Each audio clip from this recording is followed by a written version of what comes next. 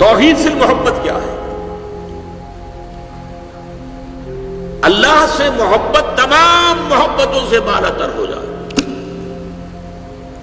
کوئی محبت اللہ کی محبت سے اوپر تو نہیں، برابر بھی نہ ہو. برابر ہونا شرک ہے، اوپر ہونا تو سمجھیے کہ اور پتہ نہیں شرک کے علاوہ بھی کوئی اصطلاح میں ایجاد کرنی پڑ جائے. سورہ بقرہ میں فرمایا وَمِنَ النَّاسِ مَن يَتَّخِذُ مِن دُونِ اللَّهِ أَندَادًا يُحِبُّونَهُم كَحُبِّ اللَّهِ وَالَّذِينَ آمَنُوا أَشَدُّ حُبًّا لِلَّهِ.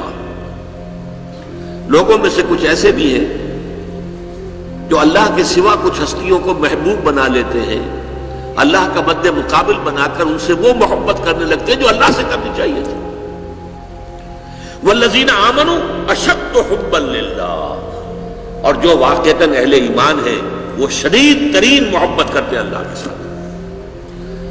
تو قرآن یہ نہیں کہتا کہ آپ والدین سے محبت نہ کریں، کرو، لیکن والدین کی محبت اللہ کی محبت کے برابر نہ ہو جائے، اس سے بڑھ نہ جائے. اولاد سے محبت کرو، اولاد کی محبت اللہ کی محبت سے بڑھ نہ جائے. دیکھیے یہ محبتوں کا امتحان ابراہیم سے اللہ نے کیسے کیسے لیا تھا. وَإِذِ ابْتَلَىٰ إِبْرَاهِيمَ رَبُّهُ بِكَلِمَاتٍ فَأَتَمَّهُنَّ قَالَ إِنِّي جَاعِلُكَ لِلنَّاسِ إِمَامًا. کیسے کیسے امتحانوں میں سے پاس ہونے کے بعد پھر وہ مرحلہ آیا کہ اللہ نے فرمایا ابراہیم میں تمہیں تمام نوع انسانی کا امام بناتا ہوں. والدین کو چھوڑا اللہ کے لیے، گھر بار چھوڑا اللہ کے لیے، بادشاہ کے دربار میں آنکھوں میں آنکھیں ڈال کر مناظرہ کیا کہ نہیں کیا؟ بادشاہ جو ہے وہ مرعوب نہیں کر سکا. فَبُہِتَ الَّذِي كَفَرَ، بلکہ جو مناظرہ ہوا ہے تو بادشاہ جو تھا نمرود وہ مبہوت ہو کر رہ گیا. اپنی جان کو اللہ سے، اللہ کی محبت سے زیادہ نہیں سمجھا. آگ میں کود گئے کہ نہیں، بے خطر کود پڑا آتش نمرود میں عشق. عقل ہے محو تماشائے لب بام ابھی. پھر اپنے ملک کی محبت پر اللہ کی محبت کو ترجیح دی، ملک چھوڑ دیا، ہجرت کی. آخری امتحان جو لیا ہے، آخری امتحان جس سے کڑا امتحان ہو نہیں سکتا. 100 برس کی عمر میں وہ 13 برس کا بیٹا جو دعائیں مانگ مانگ کر اللہ سے لیا تھا، اکلوتا بیٹا، حکم آیا ذبح کر دو. یہ ہے سب سے بڑا امتحان. 100 برس کا بوڑھا انسان اور بڑی دعائیں مانگ مانگ کر بیٹا لیا. 87 برس کی عمر میں حضرت اسماعیل کی ولادت ہوئی ہے.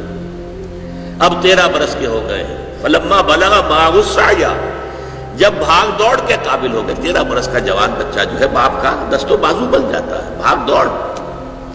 اس لیے آتا ہے کہ ابراہیم اور اسماعیل دونوں تھے جو بیت اللہ کی تعمیر کر رہے تھے. وَإِذْ يَرْفَعُ إِبْرَاهِيمُ الْقَوَاعِدَ مِنَ الْبَيْتِ وَإِسْمَاعِيلُ، اس اسماعیل کے بارے میں انی ارا فی المنام انی اذبحک فانظر ماذا تری. اے میرے بچے میں دیکھ رہا ہوں خواب میں، بار بار یہ خواب آ رہا ہے کہ میں تمہیں ذبح کر رہا ہوں، اور اس کے لیے چھری پھیر دی. یہ تو اللہ تعالیٰ نے جو ہے قد صدقت الرؤیا انا کذالک نجزی المحسنین. اللہ تعالیٰ نے کہا بس بس، امتحان ہمیں لینا تھا، وہ امتحان پورا ہو گیا. یہ ہے محبت، توحید فی المحبت. اللہ کی محبت تمام محبتوں سے غالب. اور اگر کوئی ایک محبت بھی آ کر آپ کے دل کے سنگھاسن پر اللہ کی محبت کے ساتھ براجمان ہو گئی، بات ساتھ کہہ رہا ہوں، اوپر نہیں، ساتھ بیٹھ گئی آپ کے دل کے تخت پر، تو یہی شرک فی المحبت ہے. اب دیکھیے یہ تو میں نے انڈیویجول لیول پر آپ سے بات کی. اب آئیے اجتماعی سطح پر، بلکہ اسی ضمن میں ایک آیت اور سن لیجئے. اللہ کی محبت کے ساتھ جڑی ہوئی محبت ہے اللہ کے رسول کی محبت، اور پھر تیسری محبت ہے اللہ کی راہ میں جہاد کی محبت. اب توحید فی المحبت کے لیے سورہ توبہ کی آیت نمبر 24 جو ہے وہ لرزا دینے والی بھی ہے اور بہت جامع بھی ہے. قل ان کان آباؤکم وابناؤکم واخوانکم وازواجکم وعشیرتکم واموال اقترفتموها وتجارۃ تخشون کسادها ومساکن ترضونها احب الیکم من اللہ ورسولہ وجہاد فی سبیلہ فتربصوا حتی یاتی اللہ بامرہ واللہ لا یہدی القوم الفاسقین.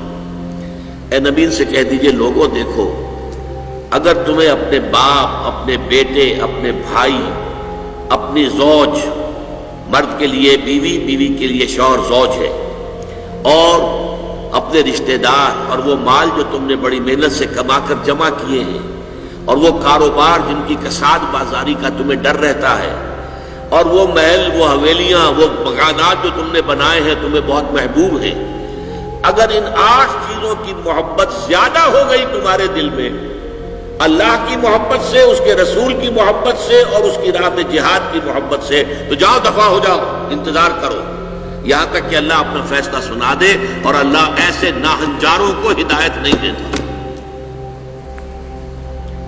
8 محبتیں ایک پرڑے میں ڈال لیجئے، باپ کی محبت، بیٹے کی محبت، بھائی کی محبت، بیوی کی محبت، رشتہ داروں کی محبت۔ 5 مال کی 3 شکلیں، جائیداد، کاروبار اور کو نقد، 3 یہ شکلیں، 3 جمع 5 8، اور 3 محبتیں دوسرے پلڑے میں ڈالی، اللہ کی محبت، رسول کی محبت اور جہاد کی محبت۔ اب اگر یہ پلڑا بھاری ہے 8 والا تو جاؤ دفع ہو جاؤ، تمہارا اللہ سے کیا سروکار؟ اللہ ایسے ناہنجاروں کو ہدایت نہیں دیتا۔ سب سے پہلے یہ طے کر لو کہ ان 3 محبتوں کا پلڑا نیچے ہونا چاہیے، بھاری ہونا چاہیے ان 8 کے مقابلے میں۔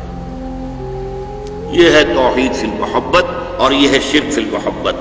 لیکن اب اس کو لائیے ذرا اونچے سطح پر، وہ جو میں نے کہا انسانی معاشرہ، ریاست، اس ریاست کے لیے، معاشرے کے لیے بھی کوئی ایسی شے موجود ہونی چاہیے کہ جو اس میں رہنے والے یا اس میں شامل سب لوگوں کی محبوب شے بن جائے۔ یہ کامن محبت انہیں جوڑے گی، ان کے اندر اتحاد پیدا کرے گی۔ مثلا وطن کی محبت، وطن کی جے جے ہند، وطن کی عظمت کے گن گاؤ۔ قوم کی محبت، وطن پرستی، قوم پرستی، کوئی نظریہ پرستی، یہ بہت سی پرستشیں ہیں جن سے کہ لوگ پھر جڑے رہتے ہیں۔ نسل پرستی، لسان پرستی، زبان پرستی، یا آج کل جو آپ کو کہتے ہیں کہ یہ لسانی عصبیتیں اور یہ نسلی عصبیتیں، یہ بلوچ نیشنلزم، یہ پختون نیشنلزم، یہ سرائکی نیشنلزم، یہ ایک اردو والا نیشنلزم، 5ویں قومیت نکلی تھی ہمارے ہاں، یہ سب کچھ کیا ہے؟ یہ جمعیت کے لیے، لوگوں کو جوڑنے کے لیے، شیرازہ بندی کے لیے، انہیں متحد رکھنے کے لیے کوئی نہ کوئی شے محبوب ہو جانی چاہیے۔ اس اعتبار سے اس دور کا سب سے بڑا شرک وطن پرستی۔ لیکن پھر دیکھیے، میں بات آپ سے عرض کر رہا ہوں، علماء کرام اس کو نہیں پہچان پائے، اس کو پہچانا ہے تو علامہ اقبال نے پہچانا ہے۔ اس دور میں اور ہے، جام اور ہے، جم اور، ساقی نے بنا کی روش لطف و ستم اور، تہذیب کے آزر نے ترشوائے صنم اور، مسلم نے بھی تعمیر کیا اپنا حرم اور، ان تازہ خداؤں میں بڑا سب سے وطن ہے، جو پیرہن اس کا ہے وہ مذہب کا کفن ہے۔ نظارہ دیری نہ زمانے کو دکھا دے، اے مصطفی خاک میں اس بت کو ملا دے۔ یہ وطن پرستی شرک، اس دور کا سب سے بڑا شرک۔ نیشنلزم جو ہے وہ لوگوں کو جمع کرنے والی شے ہے۔ ہماری قوم، ریشیل نیشنلزم بھی ہوتا ہے، نسلی قومیت، اور آج کل نیشنلزم جو ہے وہ علاقائی ہوتا ہے، ٹیریٹوریل نیشنلزم۔ ایک ملک میں رہنے والے جو ہے اس وہ سب ایک قوم ہے اور اپنے ملک سے محبت سب سے اوپر کر دے۔ یہ ہے در حقیقت علامہ اقبال نے جس کو کہا کہ وطن ایک تو ہے وطن سے محبت ہونا، وہ ٹھیک ہے، حب الوطن من الایمان حدیث ہے، گفتار نبوت میں وطن اور ہی کچھ ہے، اور گفتار سیاست میں وطن اور ہی کچھ ہے۔ وطن جب آتا ہے پولیٹیکل کانسیپٹ کی حیثیت سے وہ معبود بنتا ہے۔ اس معبود کی ایک نماز ہے، آپ کھڑے ہو جاتے ہیں، ترانہ پڑھا جا رہا ہے اور آپ کھڑے ہیں، جھکے ہوئے، سر جھکا کر کھڑے ہیں۔ یہ قنوت جو ہے یہ کس کے لیے ہو رہا ہے؟ وطن کے دیوتا کے لیے ہو رہا ہے۔ وطن کے دیوتا کا ایک اور ہے سلامی، جھنڈے کو سلامی دی جا رہی ہے۔ جھنڈا وہ علامت ہے آپ کے وطن کی۔ آپ کے علم میں ہوگا میں اس ترانے کے پڑھے جانے کے وقت کھڑا نہیں ہوتا، اور اس سے بڑی کنٹروورسیز بھی ہوئی ہیں، مجھے بڑی تلخ باتیں بھی سننی پڑی ہیں، لیکن میں یہ سمجھتا ہوں کہ در حقیقت یہ وطن کی نماز ہے، وطن کی حمد ہو رہی ہے، وطن کے اور ترانے گائے جا رہے ہیں۔ در حقیقت یہ اجتماعی سطح پر پولیٹیکل سائنس کے اعتبار سے آج وطن جو ہے وہ ایک معبود کی شکل اختیار کر گیا۔